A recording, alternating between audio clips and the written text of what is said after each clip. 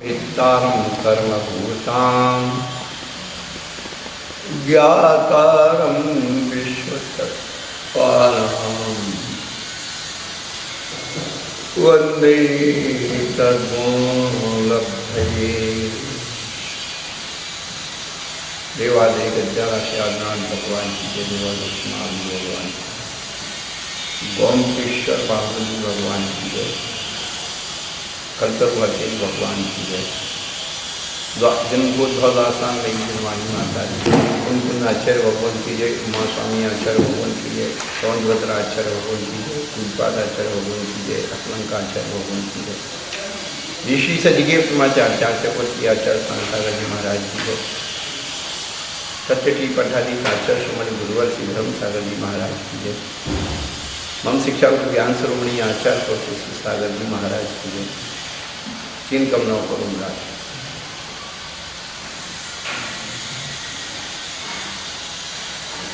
धर्मानुरागी भव्यात्माओं, पिछले दिनों से हम लोग अपने बारे में सुने।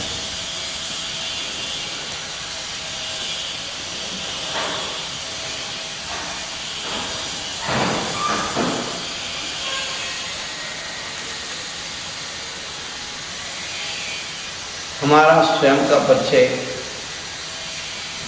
स्वयं से अछूता है।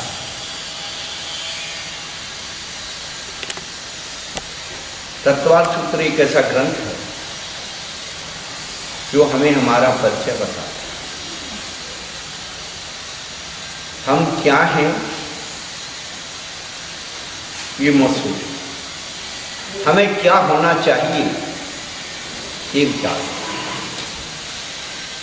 हम सारी दुनिया में अपने जीवन का कंपैरिजन करते हैं, तुलना करते हैं, और जब किसी की तरक्की देखते हैं तो अपने मन में ये भाव आ जाता है हमें भी वैसे होना चाहिए, हमारे पास ये होना चाहिए। तो जो पाप की सामग्री, पर की पाप की सामग्री देख करके हमारे मन में आ जाता है कि हमें ऐसा होना चाहिए, हमारे पास ये होना चाहिए। पर कभी सोचते हैं कि परमेश्वरी का स्वरूप समझ करके अपने अंदर ये भाव आए कि मुझे भी ऐसे परमात्म पद की प्राप्ति होना चाहिए। जिस दिन ये बात दिमाग में आ गई कि मुझे ऐसी परमात्म पद की प्राप्ति होना चाहिए, भगवान बनने का रास्ता अपने जीवन में खुल जाता है। जब पाप की सामग्री के लिए हम लोग संकल्पबद्ध हो जाते हैं और उस प्राप्त करने के लिए कितना जीवन भर संघर्ष करते हैं। आप फिल्मों में देखते ना, वो लड़की लड़के को प्राप्त करने के लिए संघर्ष करती है, लड़का लड़की को प्राप्त करने के लिए संघर्ष करता है। एक पाप की सामग्री के लिए सारी जिंदगी जन्म जन्मांतर तक लड़ते ही रहते हैं। कोई महाभारत का रूप सुई के नौक के बराबर भी नहीं रहेंगे। यही महाभारत चल रही। अरे भाई, अपने अंदर एक रामायण पैदा कर लो, ये सब कुछ ले लो। यही सिखाता है जैन धर्म। अच्छाई का त्यागना भी आसान नहीं है, बुराई का त्यागना तो कठिन है ही। जीव अच्छाई से लिपट जाता है, अच्छाई से बंध जाता है। जैन धर्म उस अच्छाई को छोड़ने की भी बात कहता है, और हमने और आपने अच्छाइयों को छोड़ा है, इस बात की परीक्षा होती है कि तुमने वास्तव में अच्छाई को छोड़ा है नहीं। क्या ये बड़ा मुश्किल है धर्म को समझना।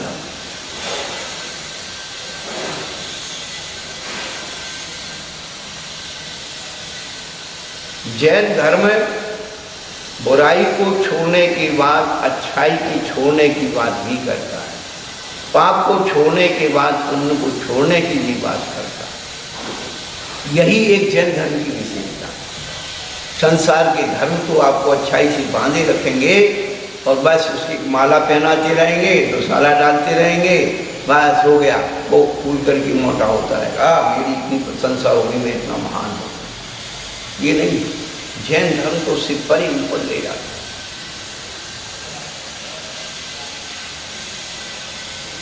तो जो पाप का आश्रय हो रहा था, शुभ क्रियाओं के द्वारा पुण्य का आश्रय हो रहा था, अशुभ क्रियाओं से पाप का आश्रय हो रहा था, वो आश्रय 6वें और 7वें अध्याय में बताया। और आश्रय पूर्वक बंद होता है, वो बंद का सुख भी बताया और बंद की सारी चीजें बताई। लेकिन वो आश्रय कैसे रुकेगा, बंद कैसे रुकेगा, वो संवर और निर्जरा के द्वारा। तो 9वां अध्याय संवर और निर्जरा का अध्याय।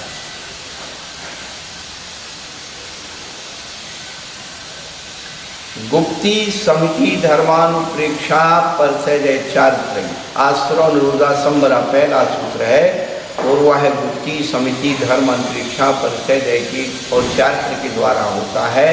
और तपसा निर्जरा से, तप से संवर निर्जरा दोनों। इन दूसरे और तीसरे सूत्र का विस्तार है पूरा 9वां अध्याय।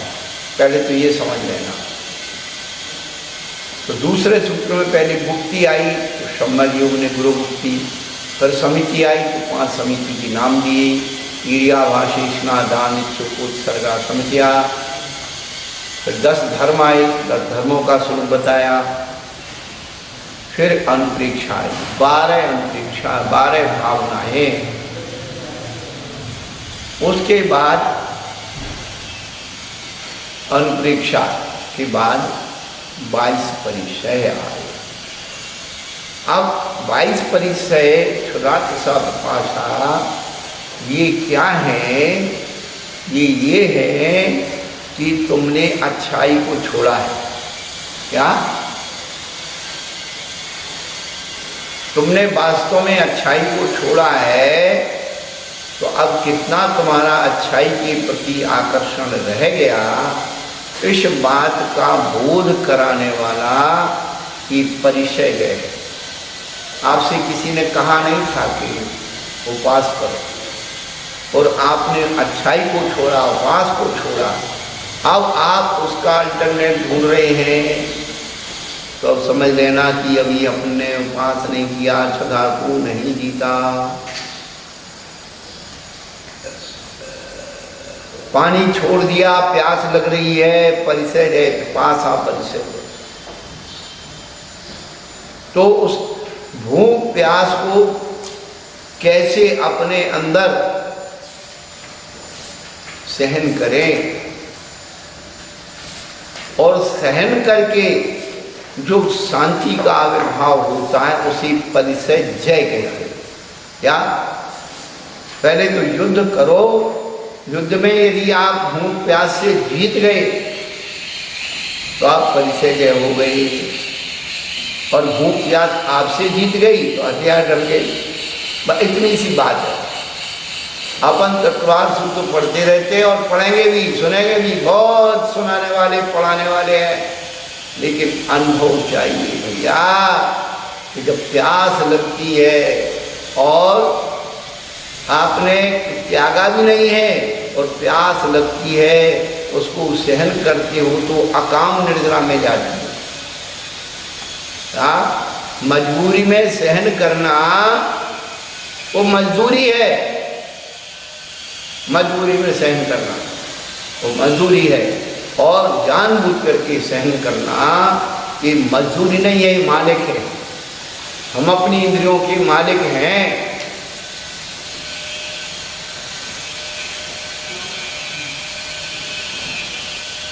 तो जिस दिन हम क्षुधा पिपासा इन सब के मालिक बन जाएंगे, उस दिन हम परिचय को जीत लेंगे। और नहीं तो भैया भी तो अपने ऊपर क्षुधा पिपासा राज कर रही है। जब भूख लगी तब खा लिया, रो लिया, ये नहीं मिला, वो नहीं मिला, ऐसे नहीं मिला, वैसे नहीं मिला। यही कहानी संसार की अनादिकाल से ही आज है, आगे भी रहेगी। भूख प्यास के पीछे रोते रहे और कुछ नहीं किया।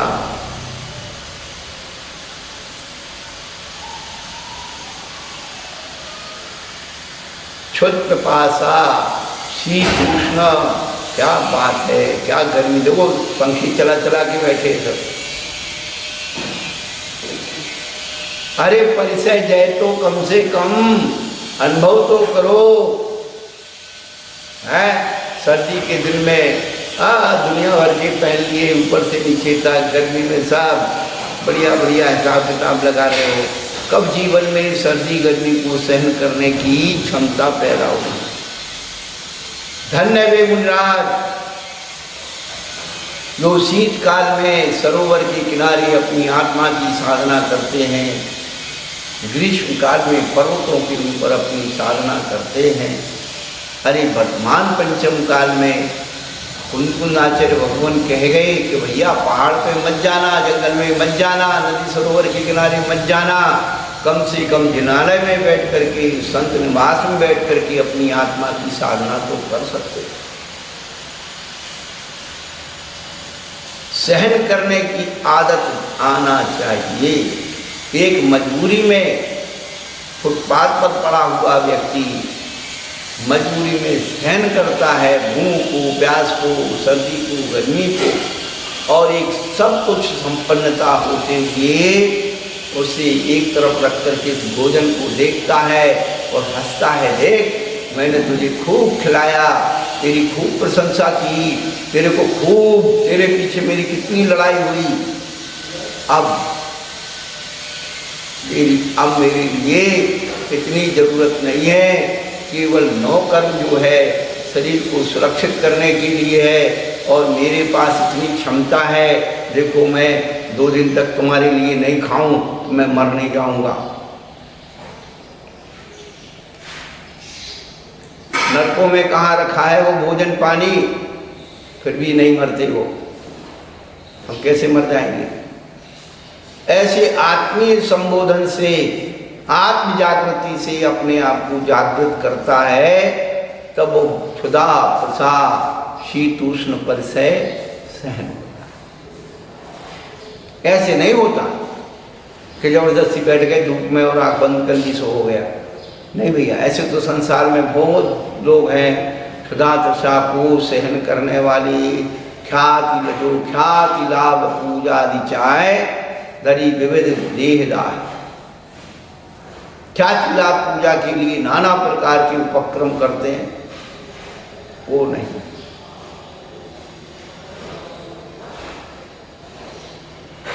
आत्म अनात्म के ज्ञानहीन जे जे करनी तन करत क्षीण। आत्मा और अनात्मा के ज्ञान से रहित जो जो क्रियाएं हैं वे सब अज्ञान क्रियाएं। हमें जो चीज की प्राप्ति करनी है वो कौन सी चीज है भैया, कि मेरा आत्म तत्व है, मेरा स्वाद्रव्य है, उसको हम कब पहचानेंगे कि सोना कितना खरा है। अरे एक सोने को भी निकालने के लिए 16 ताव लगते हैं, गर्मी में तपना पड़ता है, तब वो है शुद्ध निकल कर के आता है। अरे हमें तो एक छोटा सा ही परिचय सहन करना है, मैं निखर कर के बाहर आ जाऊं।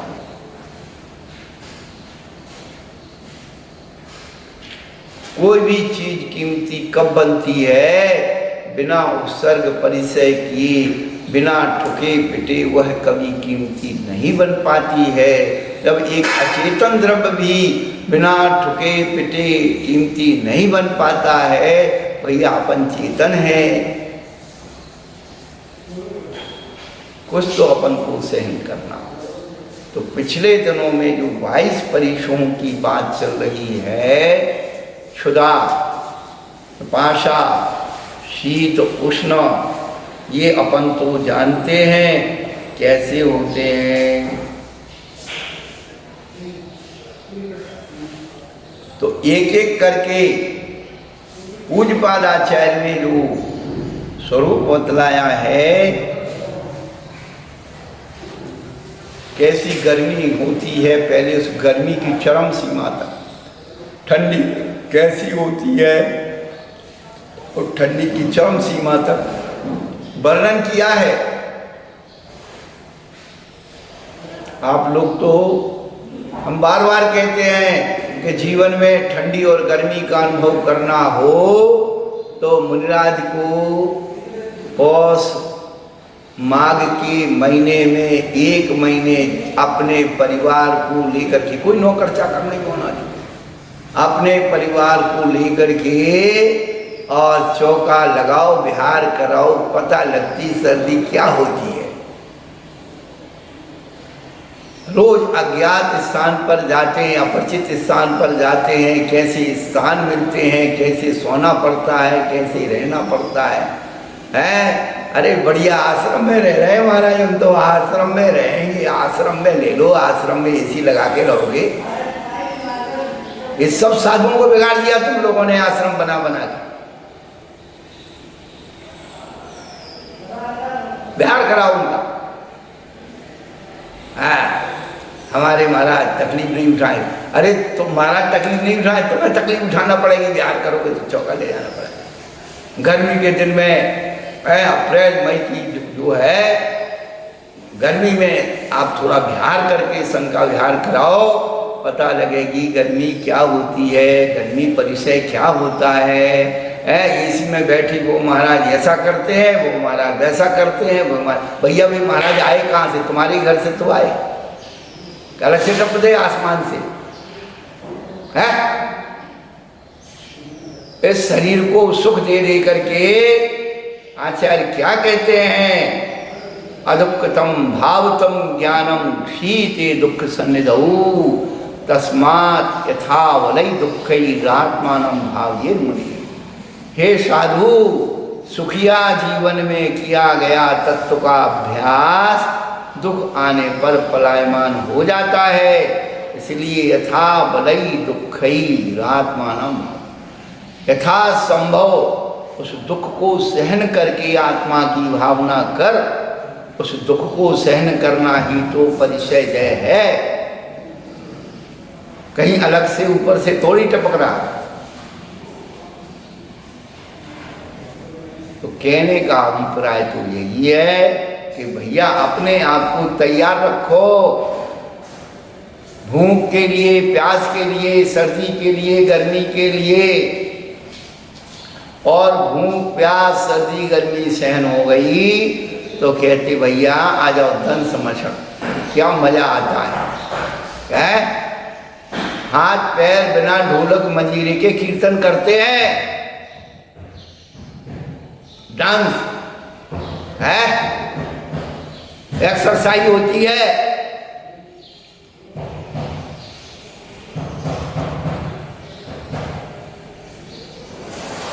ये कब करोगे?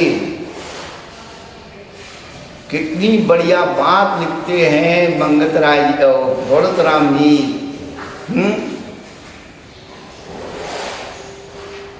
तेने सुथर मुद्रा देख मृगगण उपल खाज खुजावत। क्या मुनिराज की इस मुद्रा को देख करके और हरण समझते हैं ये पत्थर हैं, और वो अपने शरीर को रगड़ते हैं, खाद खुजाते हैं। अपने जीवन में उस दंश मशक को जीतने का अभ्यास कैसे होगा? ऑल आउट है, दुनिया के आउट लगा लिए, ऑडोमास और क्या क्या आता है भाई हमें तो पता नहीं है, आप लोग लगाते रहते हो, करते रहते हो।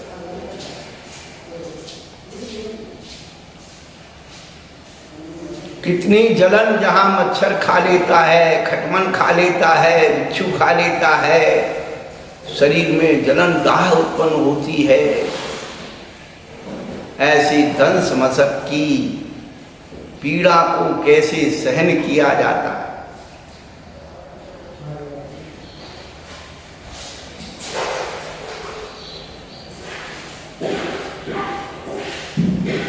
वही दंश मशक परिचय है। ये दंश मशक तो उपलक्षण न्याय है। जितने शरीर को काटने वाले जो हैं,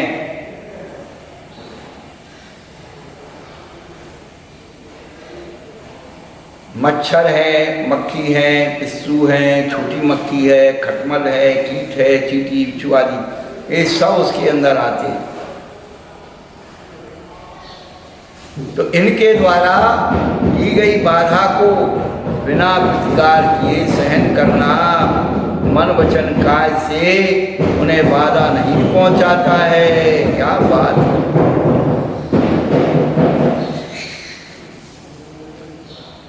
निर्वाण की प्राप्ति मात्र संकल्प ही जिसका ओढ़ना है, उसके उनकी वेदना को सह लेना दंश मशक परिचय है। भैया सारी अपेक्षा महाराजों से है। आचार्य कहते सदग्रस्त को वसतिका दान करना चाहिए। वसतिका यानी साधु को रहने का स्थान। फिर उसे अपने विवेक से ये बनाना चाहिए कि भैया हमारे साधु जो हम ऐसे नहीं रह पाते तो हमारे साधु कैसे रहे।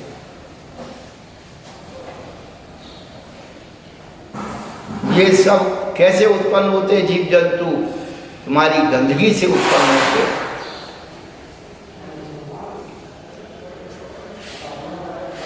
तो गंदगी आप लोग फैलाओ और उसका फल महाराज लोग भोगे हैं। आपकी नौकरानी क्या कहती है? आपने कहा कि उस कोने पे झाड़ू पोंछा लगा दो, 1 लाख लूंगी, 2 लाख लूंगी, है वहां पर, और डेंगू का बैठा हुआ है मच्छर, खा लेगा, मर जाएंगे। एक कोरोना आ गया, ये भी विषाणु है। अब कह रहे हैं कि हवा में मिल रहा है, मंडी बिल्डिंग में नीचे हो जाए तो ऊपर तक चला जाता है, धुआं के जैसा ऊपर को अपने आप चला जाता। तुम कितने क्वारंटाइन में रहना, वो आपको पकड़ लेगा ऊपर जाकर और सिविल लाइन से पहुंच जाएगा ऊपर। क्या समझ रखा है आप लोगों ने? संयम नहीं पालन करोगे, शुद्ध खान पान नहीं रखोगे, बहुआरम बहु परिग्रह में लगे रहोगे तो यही होगा। है थोड़ा आराम थोड़ा परिग्रह करो, आराम से घर में रहो। तो करना नहीं है, भाग रहे हैं। उसकी दुकान खुल गई, अपनी खोलो, 1 खुल गई 2 खोलो, तो चोरी का धन बुरी में जाने वाला है। जैसा कमाओगे वैसा कमाओगे, हम क्या करेंगे? प्राचीन लोग विषय भोगों से समय को बचा करके और आत्म साधना में, दान और पूजा में उस समय को लगाते थे, विशिष्ट पुण्य कमाते थे। तो आपत्ति विपत्तियां भी थोड़ी होकर के चली जाती थी, उनका इलाज भी थोड़े में मिल जाता था। कर्म का उदय तो सबको आएगा, लेकिन उसकी इलाज जो है धर्म विधि से ही मिलता। तो दंश मशक परिचय, दंश मशक के बाद भैया नग्न परिचय। नग्न रहना कितनी बड़ी बात कहते हैं। बालक के स्वरूप के समान जो निष्कलंक जात रूप को धारण करने रूप है। बालक जैसे कन्या होती है, ऐसे बालक होती है। जब तक विकार उत्पन्न नहीं हो, वासना उत्पन्न नहीं हो, तब तक बालक है। ऐसे ही जब तक विकृति उत्पन्न नहीं हो शरीर में, तब तक वो कन्या है।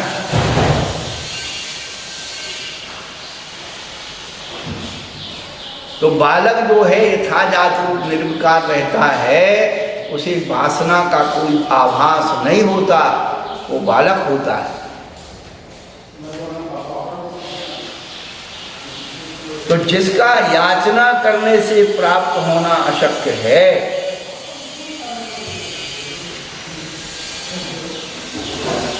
जो याचना, रक्षा करना और हिंसादी दोषों से रहित है, जो निष्परिग्रह रूप होने से निर्वाण प्राप्ति का एक अनन्य साधन है,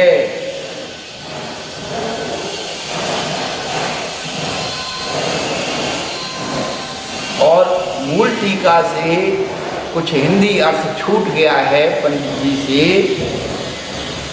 पंक्ति का। उसमें क्या है उस पंक्तियों का अर्थ? जो अन्य बाधा कर नहीं है, यानी जो दूसरों को बाधा देने वाला नहीं है, ऐसे नांग को जो धारण करता है, जो मन की विक्रिया रूप उपद्रव से रहित होने के कारण स्त्रियों को अत्यंत अपवित्र दुर्गंधित अनुभव करता है। नग्नता कब सुरक्षित रहेगी? स्त्रियों के रूप से यदि सम्मोहित हो गया, आकर्षित हो गया, तो उसमें क्या वासना उत्पन्न हो जाएगी, और वासना उत्पन्न होने से वो भ्रष्ट हो जाएगा।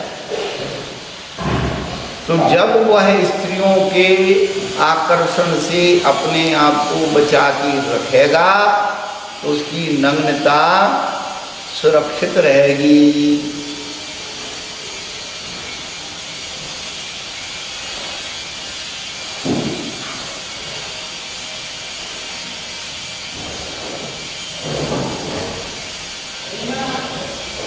जो दिन रात अखंड ब्रह्मचर्य को धारण करता है उसके निर्दोष अचेल व्रत धारण जानना चाहिए,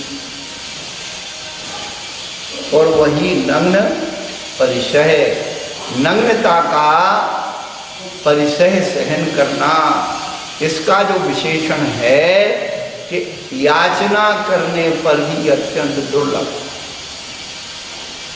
ये मांगे से मिलने वाली नहीं है। लेकिन अब नग्नता कैसी खत्म हो गई वो तो आप सब ग्रस्त हैं, जानते हैं। 1 साल का बच्चा, 1.5 साल का बच्चा, वो तुरंत कपड़े की तरफ भागता, छम छम छम छम ऐसे कह दिया सही भाग, उसको आभास हो जाता मैं नंगा हूँ, मुझे कपड़ा चाहिए। आज से 50 वर्ष पूर्व जितने भी हमारे जो बन गए ना व्रत की तरफ जा रहे हैं, वो कहते भैया हम तो 10-12 साल तक ऐसे ही नंगे घूमते रहते हैं। और आज वो है पैदा हुआ बच्चा है उसे पहना देते हगी, ना ढीला ना ढीला, ढक दिया उसको सब।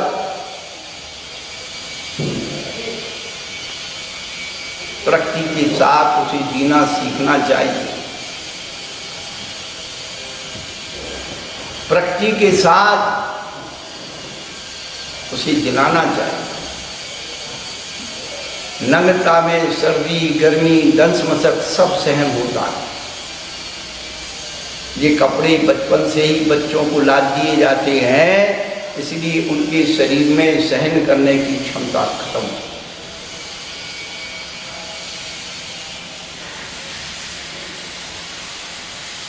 पहले दाई आती थी, जच्चा और बच्चे की मालिश करती थी,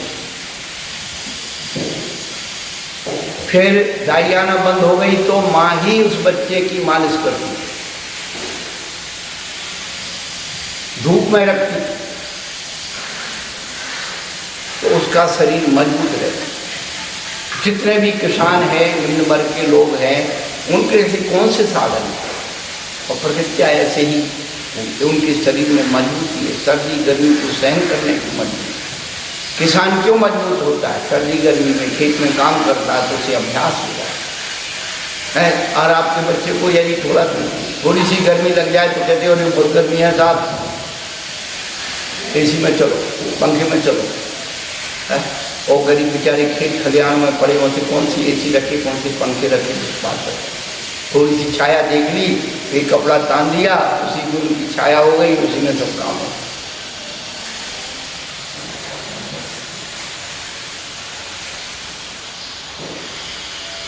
तो नग्नता को, स्वरूप को धारण करना, ये नग्नता क्या है?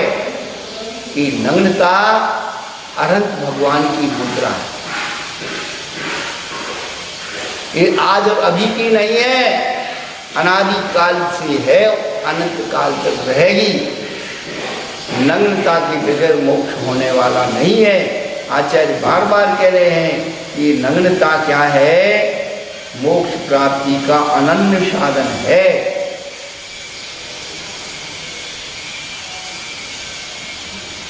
समझे? इतनी गहराई से हमें इन सब चीजों का अध्ययन करना चाहिए,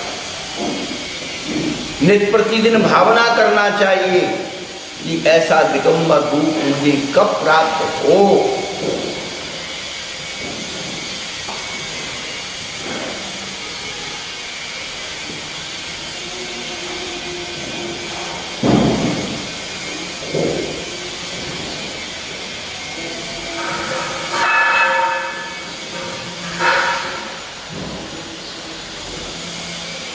संत साधु बन के विचरूं, वो घड़ी कब आएगी। संत साधु बन के विचरूं, वो घड़ी कब आएगी। कभी उस घड़ी का भी चिंतन करो कि वो घड़ी कब आएगी। चिंतन ही नहीं करोगे, आप साधु संतों से बचोगे तो कभी नहीं बनोगे। और ये भावना करोगे तो भावना के बीच जो है आपके संस्कार में आएंगे और अगले भाव में आपको कोई कहना नहीं पड़ेगा, किसी को कहना नहीं पड़ेगा। आपकी अंतरात्मा स्वयं जागृत हो जाएगी, अरे मैं साधु संत बनने के लिए आया। कुछ आत्म जागृति का क्षण है, साधु संत बनना मन आत्म जागृति।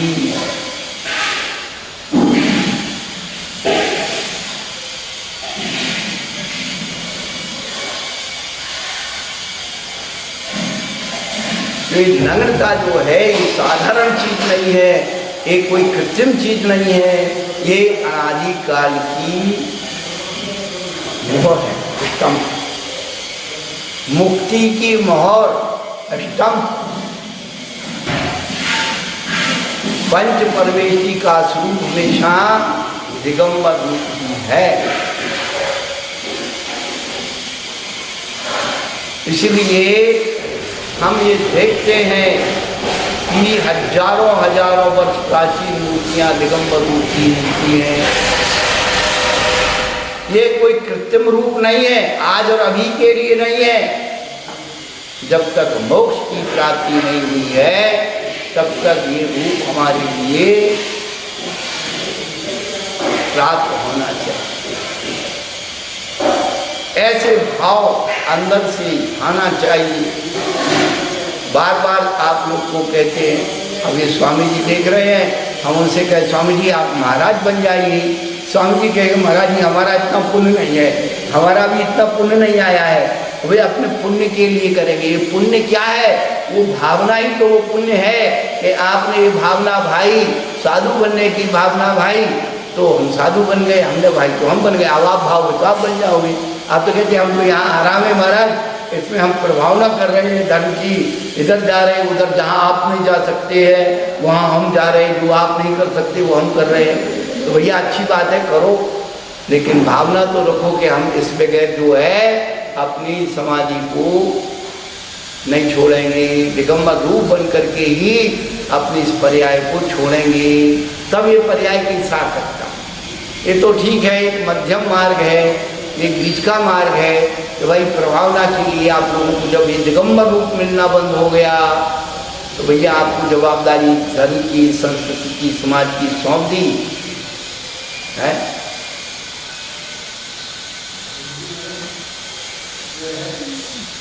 भूधरदास जी, जानतराय जी सब भजन भजन बना बना के गए। मुनिवर कब मेले है पुकारी, नग्न निरंबर निर्याडंबर, सैया में भूषण धारी, मुनिवर कब मिले हैं उपकारी। अब ये उपकारी मुनिवर मिल गए तो क्या कर रहे हैं? ये तो हमारा परम सौभाग्य हमें समझना चाहिए। और आपको फिर बता दें, 10 साल आपके मुनिराज कहाँ मिलेंगे? भैया उस आश्रम में मिलेंगे, वहाँ उसमें मिलेंगे। क्यों? सरकार और सांप्रदायिकता, ये तुम्हारे मुनिराज हैं तुम अपने उधर रखो, इधर निकालने की जरूरत नहीं है। इतना विदेश सांप्रदायिकता तैयार हो जाती।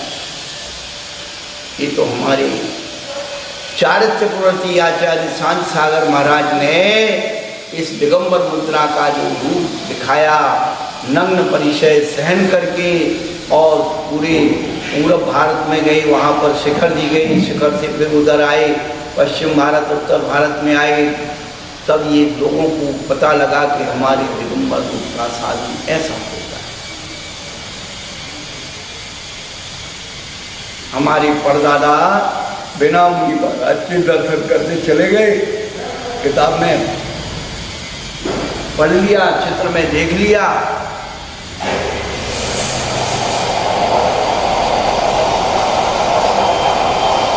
भर्तृहरि महाराज ने वैराग्य शतक में लिखा है, एकाकी निष्प्रहा शांतो पाणी पात्रो दिगंबरा कदा हम संभविष्यामि कर्म निर्मूलन क्षमा। हे शंभु हे शिव, मैं कब एकाकी निष्प्रह पाणी पात्र में आहार लेने वाला दिगंबर रूप को धारण करने वाला, जिस रूप को बड़े बड़े राजा महाराजा नमस्कार करते हैं, चक्रवर्ती झुकता है, ऐसा रूप, इतना पुण्य का रूप।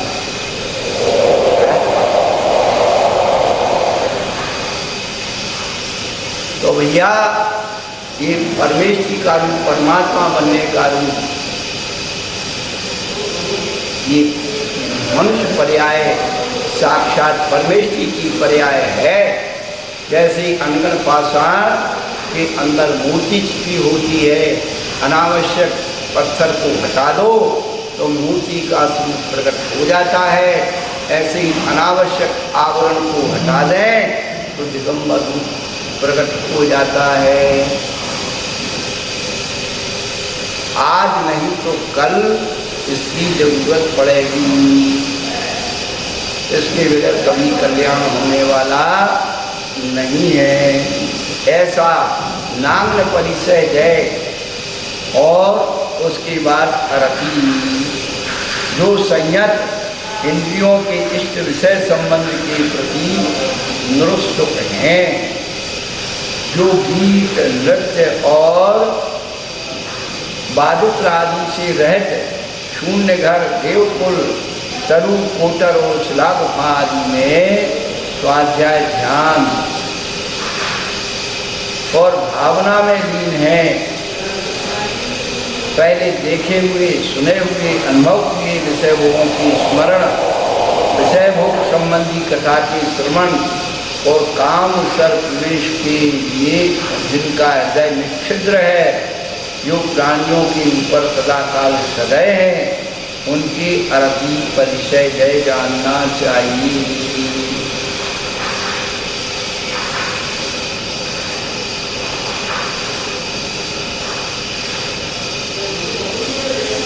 जिन जिन साधनों में रखी आती,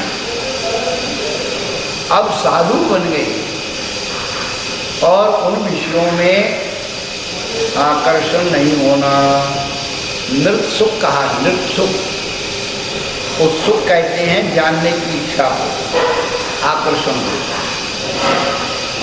तो जो इंद्रियों के इष्ट विषय संबंध के प्रति उत्सुक हैं, तो केवल एक ही नहीं, हर प्रकार की इंद्री, गीत क्या है, कर्मेंद्री का, नृत्य क्या है, चक्षुंद्री का है, और बाधित आदि क्या है, सब स्पर्श और कर्मेंद्री के, इनके आदि से आवाजों से रहित जो शून्य घर हैं, देवकुल हैं, तरु हैं, कोटर हैं, सुलाद, ऐसे स्थानों पर क्या करते हैं, ध्यान, स्वाध्याय और भावना आदि में लीन रहते हैं।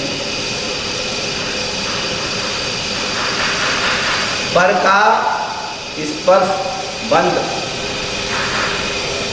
रस गंध वर्ण पंचेंद्रियों के विषयों से निरुत्सुक हो गए, रति से अरति पर आ गई। और कैसे, काम सर्प प्रवेश के लिए जिनका हृदय में छिद्र है और प्राणियों के ऊपर सदाकाल सदैव है, उनके अरती पर जय हो जाता है। ये तो भैया मान लिया, उसका बाप है स्त्री परिचय। ये स्त्री परिचय सहन करना संसार में सबसे ज्यादा कठिन है। जिस स्त्री के लिए ब्रह्मा विष्णु महेश लड़ाई कर रहे दमदम, और इनका स्वरूप कैसा है? धर्म परीक्षा ग्रंथ पढ़िए, धर्म परीक्षा। तो ब्रह्मा जी बैठ गए तपस्या में। अब वो है इंद्र को चिंता हो गई कि ब्रह्मा जी मेरा इंद्र लोक का राज ले लेंगे। तो इंद्र ने क्या किया? तिलोत्तमा नाम की एक अप्सरा को तैयार। उसका तिलोत्तमा नाम क्यों पड़ गया? कि स्वर्ग की जितनी सुंदरता थी एक एक तिल इकट्ठा करके उसको बनाया, इसलिए उसका नाम तिलोत्तमा पड़ गया। आप लोगों को कैसे भगवान ने बनाया है, क्या क्या बताएं आप लोगों के बारे में?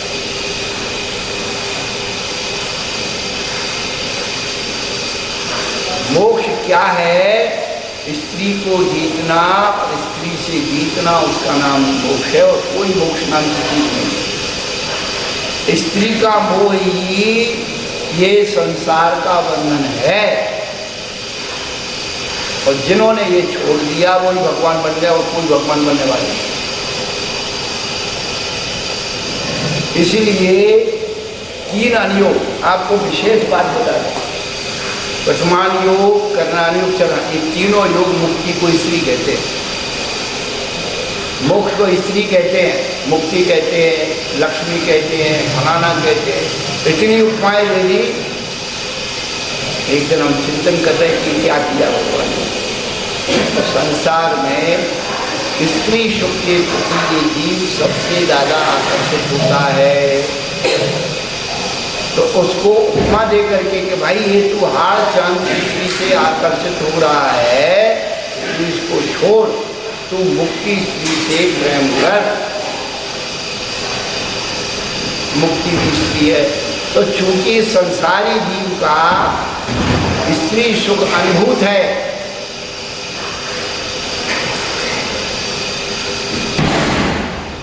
तो आचार्य कहते हैं स्त्री का जो सुख है, संसारी स्त्री का सुख है, वो तो क्षणिक है, और मुक्ति स्त्री का सुख त्रैकालिक है। ये तो रूठती है, नखरे दिखाती है और दुनिया भर की मांग करती है।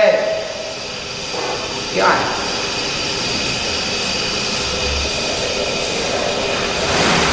पचास साल पहले महिलाएं क्या करती थी? मांग भरती थी।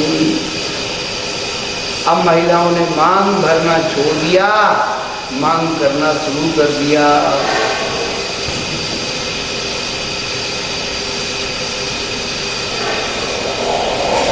आप लोगों का चित्रण कितना भी करो कम है। 2-3 ग्रंथ पढ़ लो, एक धर्म परीक्षा पढ़ लो, ज्ञानार्णव पढ़ लो, भगवती आराधना पढ़ लो, वहाँ आपकी सारी अच्छाइयाँ लिखी जो जो आपके अंदर है, पैटर्न है आपका सारा। नीतिकार कहते हैं राजा प्रसन्नम गजभूमि दानम, बनिया प्रसन्नम दमनी सदामम, नारी प्रसन्नम मलद्वार दानम, गुरुवर प्रसन्नम मुक्ति प्रदानम। तुम किसको खुश करने में लगे हो? राजा प्रसन्न होगा तो कह रहे नाप ले भाई, तेरी ये जमीन कितनी चाहिए, और 2-4 हाथी घोड़ा दे देगा, 2-4 उपाधि दे देगा, आप खुश हो जाएंगे। तो राजा प्रसन्नम गज भूमि दानम, और बनिया प्रसन्नम दमड़ीक्षदामम। कह देगा भैया ये पैसे ले लो, प्रसन्न हो गया हूँ। नारी प्रसन्नम मलद्वार दानम, नारी ज़्यादा खुश हो जाती है, मलद्वार दान कर देती है, शुभ हो। गुरुवर प्रसन्नम मुक्ति प्रदानम, गुरु यदि प्रसन्न हो जाए तो मुक्ति प्राप्ति होती है। हम किसको प्रसन्न करने में लगे हैं? हाड़ मास की पुतलिया को। अरे तू गुरुवर की सिद्धि कर ले, जिनवाणी की सिद्धि कर ले, अनंत भगवान की भक्ति की सिद्धि कर ले, सब भूल जाएगा। इसकी सुख जहर लगने लगेगा, जहर। सिद्धि तो कर अंतर मन में।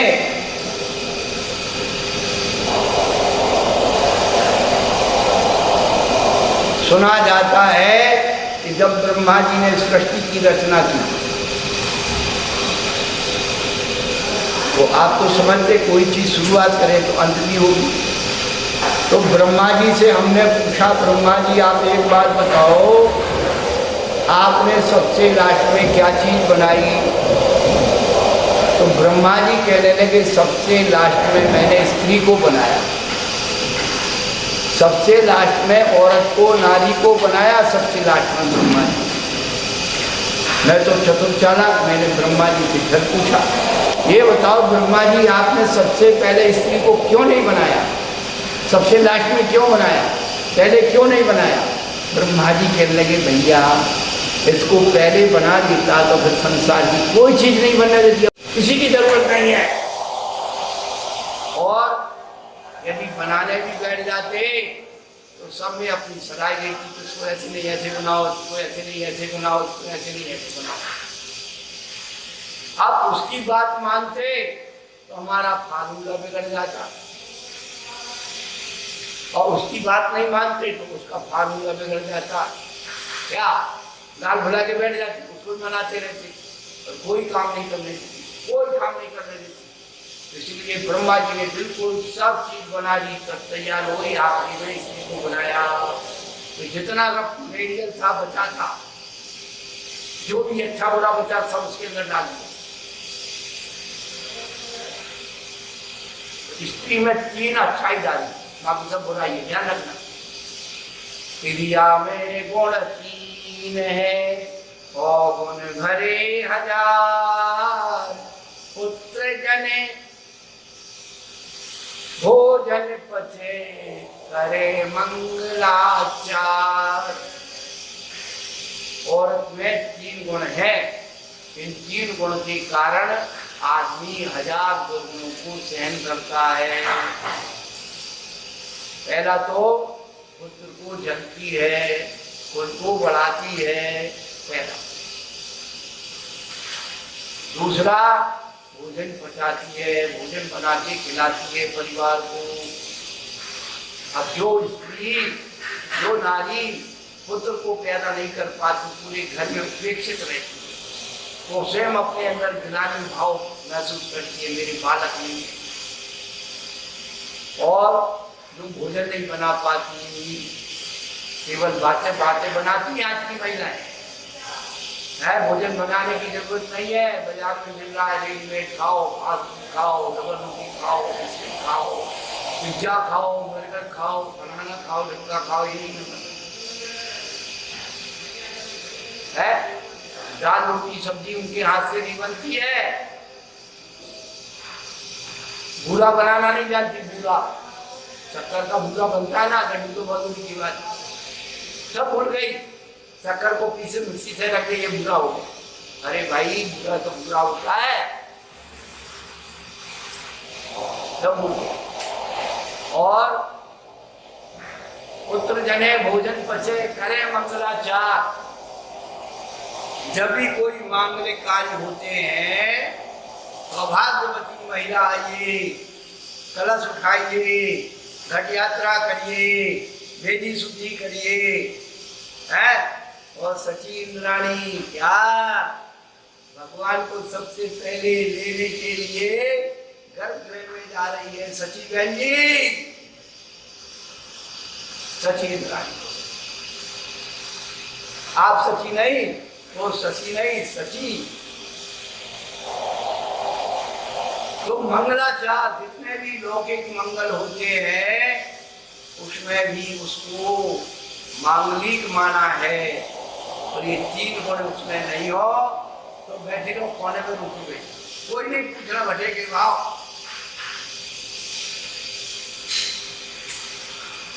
तो ब्रह्मा जी ने सबसे आखिरी में आपको बनाया। अब जब पूरी दुनिया बन चुकी तो जब उसने अपनी कैबिनेट का चुनाव किया, देखिए कितना समझदार ब्रह्मा जी था। तो उसने अपनी कैबिनेट का जब चुनाव किया तो मालूम क्या किया, वित्त मंत्रालय लक्ष्मी जी को दे दिया, रक्षा मंत्रालय दुर्गा जी को दे दिया और शिक्षा मंत्रालय सरस्वती को दे दिया। तुम्हारे पास क्या है? कुछ नहीं। आदमी कुछ नहीं है आदमी के पास। तो ब्रह्मा जी जानता था कि इस धन की रक्षा स्त्री कर सकती है, इसलिए आदमी के जेब में कुछ मिले नहीं मिले महिलाओं के पक्ष में तो तैयार रहता है। क्यों मैं क्यों हंस रही हूं? वो लक्ष्मी है। हाँ, वह घर गृहस्थी को इतने अच्छे से संभालती है। एक 8 दिन पहले से, अब तो खैर सब जमाना बदल गया, संयुक्त परिवार होते थे, महिलाएं बाजार नहीं जाती थी, ये नहीं करती थी, आदमी सब ला के देते थे। तो महिलाएं 8 दिन पहले से भैया ये खत्म हो गया, लाना है, ये करना है, वो करना है, नहीं जाती। अब महिलाओं पे आदमी परेशान हो गया, तुमने ऐसे उठा रहा है, तुम वैसे उठा रहे, पैसे दे दिए, अब तुम जानो तुम्हें कैसे उठाना वैसे। आदमी समझ आ रहा, कौन तुमसे माथा पूरी करे? क्यों? तुम्हें सोचना नहीं, पीना नहीं, फटकना नहीं, बस मौत से उठा रहा है, पैकेट के पैकेट खोले और खाए और पैकेट, कुछ नहीं रखा तुम लोग।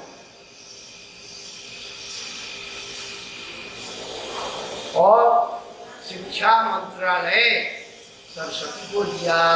तो पहली शिक्षक कौन होती है? माँ होती है। और दुर्गा जी का तो आप जानते ही हो, रक्षा मंत्रालय। आदमी जहाँ हारना शुरू करे औरत को आगे कर दे, अब तू निपट ली भाई, तो सारे अपने हथियार तैयार करके और झांसी की रानी बन के आ जाती है।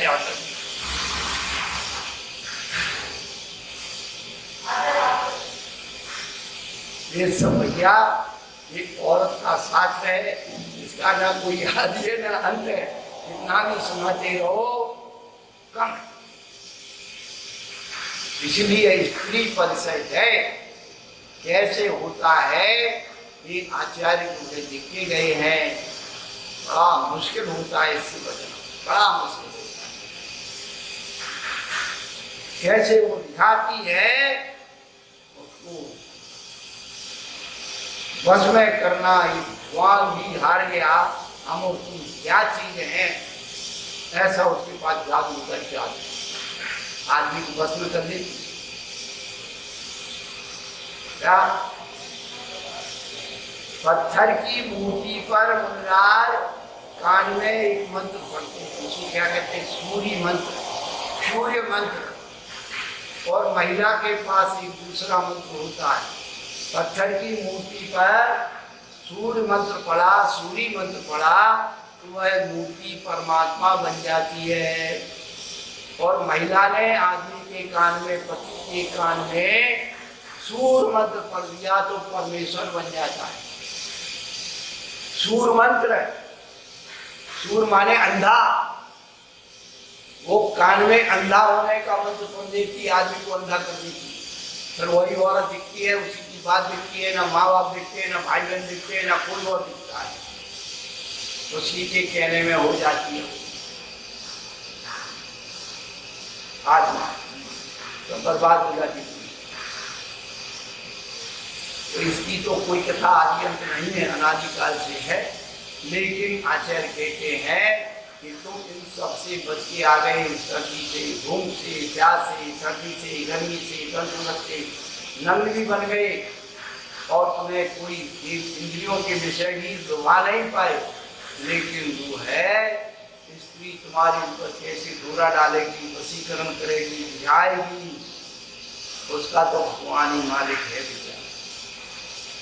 भगवान भी उसका मालिक नहीं बनना चाहिए। इसलिए भगवान ने सबसे लास्ट में बनाया आपको। भैया बुरा मान जाओ तो अच्छी बात है, और अच्छी बात लगे तो अपने आप को संभाल के रखो, अपने हित की बात सोचो। साधु की साधना में हमें साधक बनना चाहिए, बाधक नहीं बनना चाहिए, भक्ति के अतिरेक में नहीं आना चाहिए।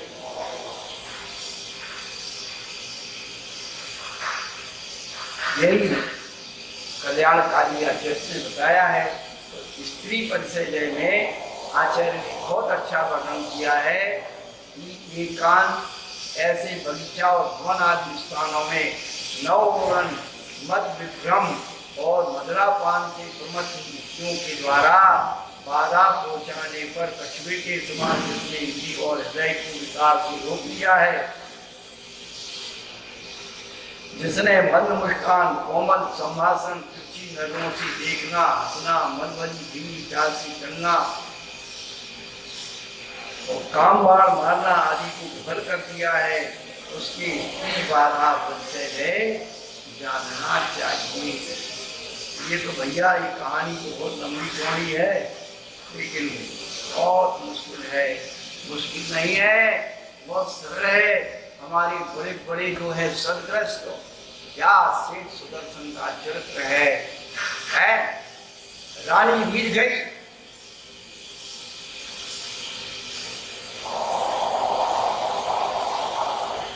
बेचा रीझ गई, रानी रीझ गई, तो अपने संयम नहीं छोड़ा। हमारे सदग्रस्त में ही जब इतनी विशुद्धि हो सकती है तो साधु जीवन की जो है शुद्धि इतनी होगी, जो करते हैं वही जानते। लेकिन अति भक्ति गुरु मुक्ति, क्या गुरु भक्ति सती मुक्ति, क्या गुरु की भक्ति करने से मुक्ति मिलती है, लेकिन अति भक्ति गुरु मुक्ति, अति भक्ति करने से गुरु छूट जाता है। इसलिए भक्ति की एक मर्यादा होना चाहिए, विनय की मर्यादा होना चाहिए, सिद्धांत की मर्यादा होना चाहिए, अंधभक्ति नहीं करना चाहिए, विवेक उस भक्ति में होना चाहिए जिससे साधु सुरक्षित रहे और आप भी सुरक्षित रहें। श्रद्धा हो जब जिन वाणी पर विरय सहित उरु में धरि लो, बिना पढ़ाई मर जाओगे, शब्द के अर्थ स्वयं कर लो। शब्द कोश की नहीं जरूरत, नहीं कोई शर्त हो, शब्द स्वयं बतला देते अपने गहरी अर्थों को।